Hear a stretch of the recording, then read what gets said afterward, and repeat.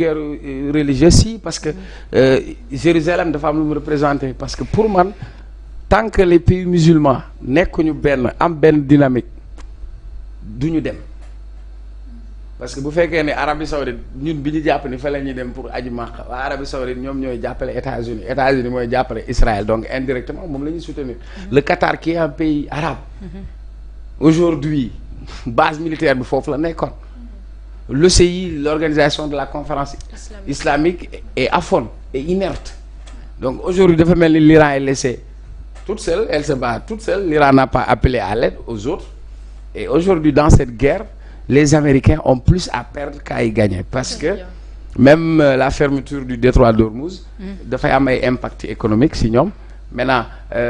États-Unis, hégémonie bi mu amoon bu njëkk ba amatu ko. Parce qu'après la guerre mondiale, les Américains ils ont montré leur puissance, etc. Mais elle n'est plus cette puissance. Aujourd'hui, la première puissance économique dans le monde, c'est la Chine. Et personne aujourd'hui n'a l'apanage de ces armes. Comment la France peut avoir l'arme nucléaire? Américains yi am ko, ngeen ne Iran du ko am. Alors que Israël am ko, Pakistan am ko. Moo ngi noonu léegi yow yaa ngi dem di ko song ki ngay song am na capacité de nuisance parce que missile boo xam ne mën na atteindre 5000 kilomètres et en plus américains yi beneen coow bi ñu nar a am. mooy ñoom dañu am ay intérêt guerre intérêt la quand une personne t'attaque tu t'attaques à ses intérêts et aujourd'hui américains ils ont beaucoup d'intérêts dans le Moyen-Orient et à travers le monde donc là Trump a dépassé la ligne rouge et calculé wul quelles sont les répercussions man Iran laa faral suñu toll ni bu mënoon may nationalité dama ci dolli bu Iran très bien les choses s'intensifient de plus en plus bien sûr comme Cheikh Omar Talla li mu ko waxee gis nga Iran dafay incarner le courage au fait parce que après la deuxième guerre mondiale ñoom ñoo nekk seul pays boo xamante ne attaqué nañ nu mu tëddati les États-Unis première fois en 2020 et maintenant aujourd'hui ak nu mu tëddati bombardement yi nga xamante ne def na ko ci un peu partout position militaire yi nga xamante ne États-Unis am na ko fële au Moyen-Orient buñ gisee tey attaques yi nga xamante ne lancé na ko c'est vrai que ne le Qatar si la bokk mais ci Moyen-Orient bi base militaire bi nga xam ne nekk na fële nga xam ne Syrie Iran ak Jordanie Arabie Saoudite Koweït ak fi nga xamante ne moom mooy le Qatar ak Émirats arabes unis ak Oman foofu yëpp fi nga xamante ne Iran sànni na fa li nga xamante ne moom mooy bombe pour répliquer ci missiles yi nga xamante ne sànni nañ ko ñoom ci seen fi ñu foone woon ne tey Iran gardé na fa li nga xamante ne moom mooy foofu lay defaree li nga xam ne moom mooy arme nucléaire non seulement Donald Trump dafa nekk day mel ni xale bu ñu jox almet au fait parce que luñ ci munti wax rek États-Unis puissance mondiale la dafa am doole boo xamante ne ñu bëri dañ ko koy ragalee xel mais nag loolu boo ko jëlee dénk ko nit koo xam ne il n'est pas diplomate du tout et selon ses sautes d'humeur ci lay jëlee ay décision da ngay dem sax jusqu'à midi ñu ngi koy laaj ba xam ban décision la jël moom Donald Trump mu ne jëlaguma décision selon mes humeurs boo déggee ni muy waxee et comment l'attaque imagine nu mu tëddee gestes yi nga xamante ne rek Donald Trump def na ko ces 2 semaines passées déjà quand il nous parle de nu mu tëddee Macron imaginez Macron diplomatie française mu lay wax ne nu mu tëddee Macron c'est un cas sympa mais la plupart du temps il ne maîtrise pas ce qu'il dit en souriant comme ça di ko wax te mu mel ni loolu rek mun na frustrer li nga xamante ne mooy diplomatie bi nga xam ne am na ko ak waa France G7 bi mu fay quitté di dem yoonam dafa jékki-jékki jël hélicoptère am dem yoonam c'est à travers ci avion bi mu nekkoon ci lay doog di jox c'est sur le plan nu mu tëddee des médias le président yi nekkoon G7 xam lan moo tax Donald Trump quitté G7 muy mel ni c'est à coup de tête la Donald Trump di diriger li muy def au fait di dem ak a ñëw te lii mu def noonu conséquences yi muy jur après dafay jël sur le plan géopolitique defe naa États-Unis moom moo si gën a ñàkk parce que dinañ gis ne 1/5 yi nga xam ne mooy pétrole ak gaz bu waa États-Unis di utiliser wala waa Europe fan lay jóge Moyen-Orient lay jógee te tey bu waa Qatar comme ni ñu ko jëlee daal di jël décision tëj li nga xamante ne moom mooy détroit d'Ormuz bi mais bu ñu ko tëjee te 1/5 des nu mu tëddati du pétrole et gaz bi nga xam ne moom mooy jóge fële nga xam ne Moyen-Orient di dem foofu la jaar mais bu ko Iran tëjee mais kan mooy perte tu vas voir que d'ici 2 semaines mais le prix gaz ak pétrole fële mu nekk États-Unis wala mu nekk France comme ñun en euro la ñuy calculer mais dina coûter 1 euro dem ba 3 euros ça va flamber li nga xamante ne moom mooy les prix et que xam nañ ne Iran ci li nga xamante ne décision bi mu jël du ci dellu ginnaaw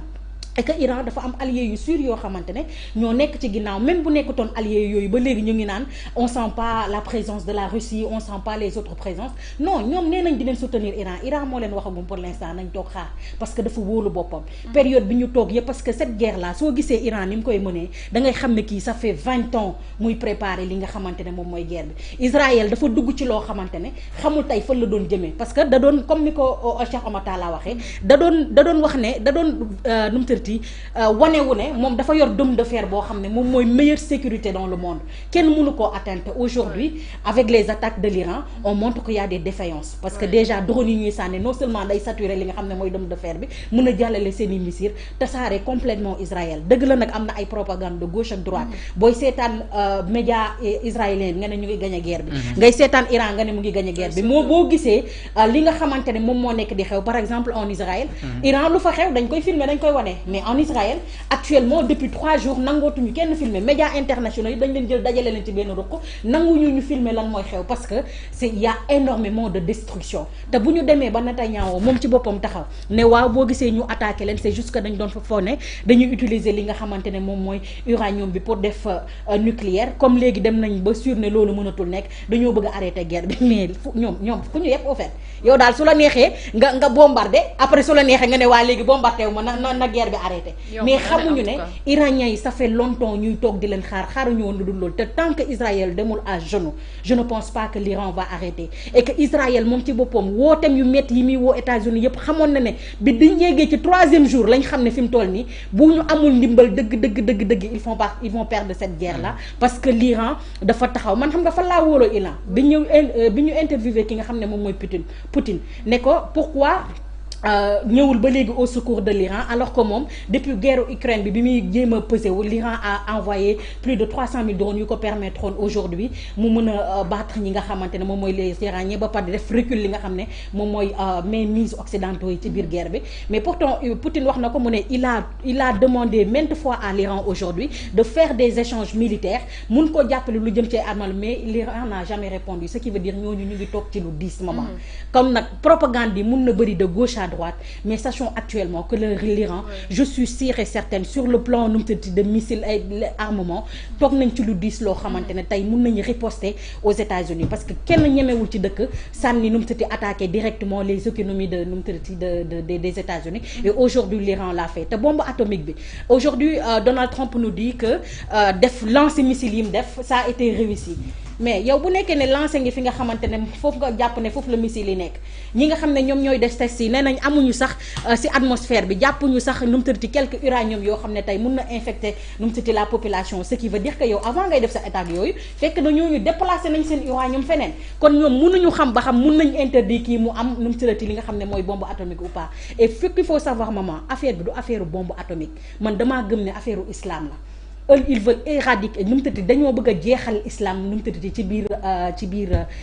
adduna bi ils l'ont commencé avec la Palestine ils vont commencer avec nu mu tëddee l'Iran bu ñu jógee ci Iran xam nga fan lañ jëm. Turquie lañ jëm même ces pays arabes yi nga xam ne ñoom la ñu soutenir seen kaw la ñuy dal et que aujourd'hui l'Iran montre l'exemple et que ñëpp dañoo war a jàppoo dal ci ginnaawam mais lii bu ñu ko arrêté wul avec les folies de Donald Trump xam nga fan lañ jëm maman 3e guerre mondiale et personne ne va s'en sortir. En tout cas on le souhaite pas. Oui, du la ci génne. Iran moom pare na ba noppi. waaw xam nga maman sujet bi c'est un peu complexe